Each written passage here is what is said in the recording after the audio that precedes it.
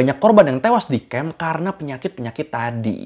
Karena emang basicnya mereka di camp ini nggak diurus. 10 big cities were swept away. Altogether 1 million people have lost their homes. Pasti ada nih di antara mereka pengungsi yang komunis, yang waktu itu jadi musuh Cina, yang udah lama ya kita nggak bahas musibah-musibah besar dalam sejarah. Sebelumnya kan udah beberapa kali tuh kita bahas, kayak tahun 536 yang dianggap jadi tahun terburuk buat umat manusia, atau juga waktu munculnya penyakit-penyakit dan kelaparan yang sempat jadi wabah di beberapa wilayah di dunia.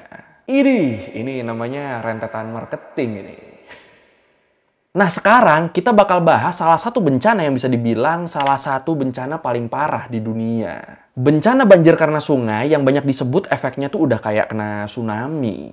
Ya udah kalau gitu, ayo langsung aja kita bahas banjir Sungai Yangtze tahun 1931. Salah satu bencana alam paling mematikan dalam sejarah di Learning by Googling. Oke, sebelum kita bahas lebih detail tentang banjirnya, kita bahas dulu nih dikit tentang sungainya. Sungai Yangtze. Jadi, Sungai Yangtze ini adalah sungai di dataran Cina yang panjangnya tuh kurang lebih 6.300 km. Dan jadi sungai terpanjang nomor 1 di Asia. Dan nomor 3 di dunia. Nah, sejak ribuan tahun lalu, sungai ini nih emang udah jadi salah satu pusat peradaban di Cina. Kalau menurut Britannica, Sungai Yangtze ini terdiri dari beberapa anak sungai yang hulu atau sumber airnya datang dari dataran tinggi Tibet, datang dari pegunungan Tanggula, dan ngalir ke dataran Cina lewat anak-anak sungainya. Nah, di sepanjang jalur perairan yang dilewatin sama Sungai Yangtze ini, ada beberapa danau air tawar dan rawa-rawa yang ngebantu nyerap dan ngewadahin air sungai kalau airnya lagi meluap. Terus ditambah lagi, banyak juga hutan-hutan di sekitar sungai ini yang jadi tempat bagus buat resapan air. Buat ngebantu ngejaga wilayah sekitar. Jadi pokoknya aman lah kalau air sungainya naik. Karena biasanya lingkungan sekitarnya bisa nampung dan nyerap airnya. Biasanya. Long regarded as a major source of life in China, it has played a defining role in Chinese history. Over time, it's been used for transport, provided fish and freshwater, been used to irrigate crops, and more recently to produce electricity. Nah, dengan sungai sebesar dan sepanjang ini, akhirnya ini ngasih dampak yang besar juga nih buat peradaban Cina selama ribuan tahun. Khususnya gimana masyarakat Cina manfaatin sungai ini buat sumber kehidupan. Tapi sayangnya dari sekian banyak kisah panjang manfaat Sungai Yangtze buat peradaban Cina, ada satu catatan buruk yang ngegambarin gimana ngerinya ketika tiba-tiba sungai besar ini berubah jadi sumber bencana. Catatan tentang bencana banjir besar yang terjadi di Sungai Yangtze di tahun 1931. Kenapa bisa jadi banjir besar? Jadi, kalau menurut study.com, di tahun 1928 sampai 1930, Cina tuh ngalamin kekeringan parah karena curah hujan yang rendah banget. Gara-gara kekeringan ini, arus sungai jadi kecil banget, dan ya tanah-tanah jadi kering lah. Jadi nggak bisa ditanemin apa-apa. Dan setelah kekeringan selama kurang lebih 2 tahun ini, di akhir tahun 1930, tepatnya di musim dingin, badai salju mulai terjadi di mana-mana di Cina. Banyak tuh di situ, wilayah yang tadinya kering jadi ditutupin sama salju karena badai ini. Jadi situasinya tuh waktu itu baru banget lepas dari kekeringan, langsung dihajar sama badai salju. Terus setelah musim dingin berakhir, di musim semi tahun 1931, hujan akhirnya mulai turun. Bagus dong! Sayangnya enggak, malah jadi nggak bagus nih. Karena di sini curah air hujannya tuh gede banget. Lebih gede dari tahun-tahun sebelumnya. Bahkan nih, saking orang-orang sana nggak pernah lihat curah hujan sebesar ini, stasiun cuaca di Provinsi Chengzhou sampai nyebut fenomena ini sebagai curah hujan sekali dalam 1000 tahun. Saking nggak pernahnya tuh kejadian begitu. Emang hujannya sederas apa? Kalau menurut Ferris Air Worldwide, dalam waktu 3 hari aja, hujan yang turun tuh setara dengan curah hujan setahun di tahun-tahun sebelumnya. Ini gila kan ya? Curah hujan yang biasanya setahun, ini turun dalam 3 hari doang. Kebayang dong lu itu sederas apa hujannya? Nah, dari sinilah curah hujan yang ekstrim ini mulai menyebabkan banjir. Ditambah lagi hujan yang deras banget ini juga ternyata bikin salju-salju yang masih numpuk bekas badai salju sebelumnya itu jadi mencair. Dan ya udah, gara-gara salju yang ikutan mencair ini, volume airnya jadi ikutan nambah lah. Duh, mulai mengeri nih ya. Tapi nih yang harus kita tahu di sini, walaupun curah hujannya tuh emang gede, Tapi ternyata ini bukan satu-satunya penyebab banjir sungai yang sewaktu itu tuh bisa jadi parah banget. Emang apa lagi penyebabnya? Jadi kalau menurut histori, sebenarnya waktu itu Cina tuh udah ngebangun bendungan buat nahan air di sungai Yangtze. Tapi ya yang namanya bendungan kan harus dirawat ya. Sedimen-sedimennya atau tanah dan lumpur yang dibawa sama air sungai itu harus secara rutin dibersihin. Biar dasar sungainya nggak naik. Biar air sungainya nggak cepat meluap. Harusnya. Sayangnya waktu itu, Cina tuh lagi ada banyak banget masalahnya. Dari mulai perang saudara, konflik antar kelompok nasionalis dan komunis, sampai konflik internasional. Intinya mereka lagi pusing-pusingnya lah sama politik dan perang. Masalah bendungan begini doang ya mana inget mereka. Nggak penting kali dianggapnya waktu itu. Makanya waktu curah hujannya tiba-tiba tinggi dan air sungainya naik, akhirnya di bendungan itu airnya malah luber dan bikin banjir jadi tambah parah. Aduh. Dan kalau menurut The China Project, masalah makin parah karena adanya kemajuan pertanian yang ternyata ikut jadi salah satu faktor penting terjadinya bencana banjir ini. Kenapa pertanian jadi salah? Ya, apalagi karena danau dan rawa-rawa yang sebelumnya jadi wadah buat resapan dan nampung air sungai, itu jadi dihilangkan. Dijadiin lahan pertanian supaya lebih produktif. Supaya sumber dan cadangan makanan mereka lebih banyak. Jadi ya intinya karena buka lahan di mana-mana ini. Dan gak cuma rawa sama danau aja, hutan-hutan di sekitar sungai juga sama nasibnya. Digundulin dan dijadiin lahan pertanian. Jadinya ya di sini mereka nggak punya apa-apa lagi nih buat ngebantu nahan arus sungai yang naik. Jadi ya ada faktor kelakuan manusianya sendiri juga ternyata di musibah ini ya. Selain faktor alam yang emang menggila. Aduh. Manusia. Dan ya udah, karena semua faktor tadi, mulai dari faktor alam sampai kelakuan manusianya, gara-gara itu akhirnya bencana banjir di sungai Yangtze ini sampai ada di level yang nggak pernah dibayangkan sebelumnya. Ya lu bayangin aja nih, kalau menurut disaster history, wilayah yang terdampak banjir ini tuh luas banget cakupannya. Seluas 181.500 km persegi. Atau kira-kira lebih besar dari luas Pulau Jawa. Gede amat ya. Dan gak cuma itu, diperkirakan kurang lebih ada sekitar 52 juta orang yang terdampak bencana banjir di sungai Yangtze ini. Dan kalau menurut laporan dari National Flood Relief Commission, diperkirakan ada sebanyak 140.000 orang yang meninggal karena tenggelam selama banjir ini. Dan hampir 2 juta orang yang meninggal karena dampak banjirnya. Gila. In China, in the 1930s, floods breached the levees along the Yangtze and Huang rivers. The Yangtze floods killed 3.5 million people in one of the greatest natural disasters of this century. Nah, itu baru dampak korban jiwanya ya. Dan di luar dampak korban jiwa ini, di luar dampak meninggal ini, dampak-dampak lainnya tuh juga ada loh. Apa aja tuh dampaknya?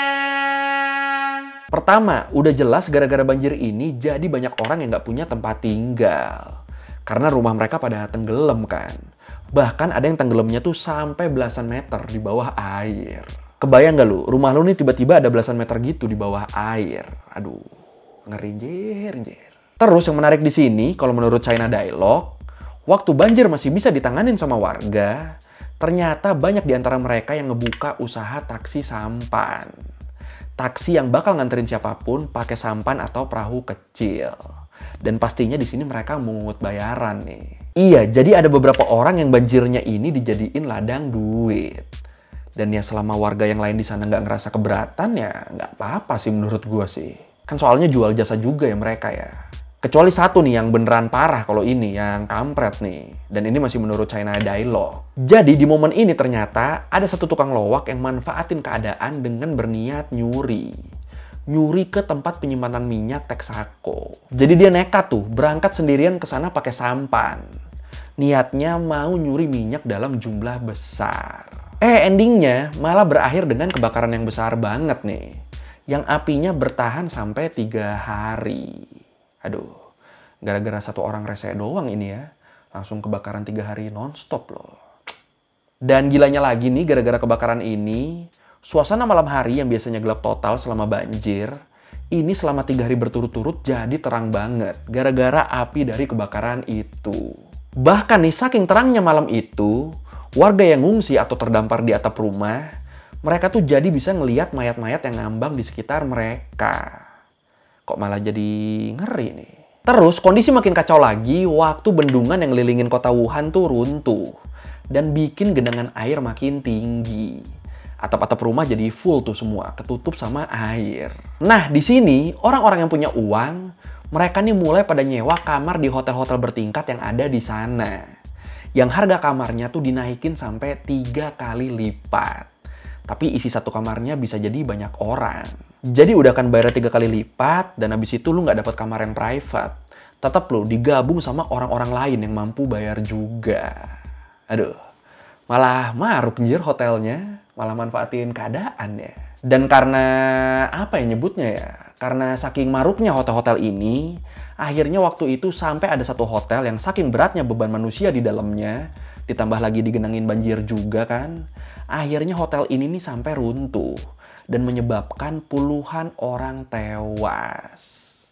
Nambah lagi nih korban jiwanya nih gara-gara ini nih. Ada.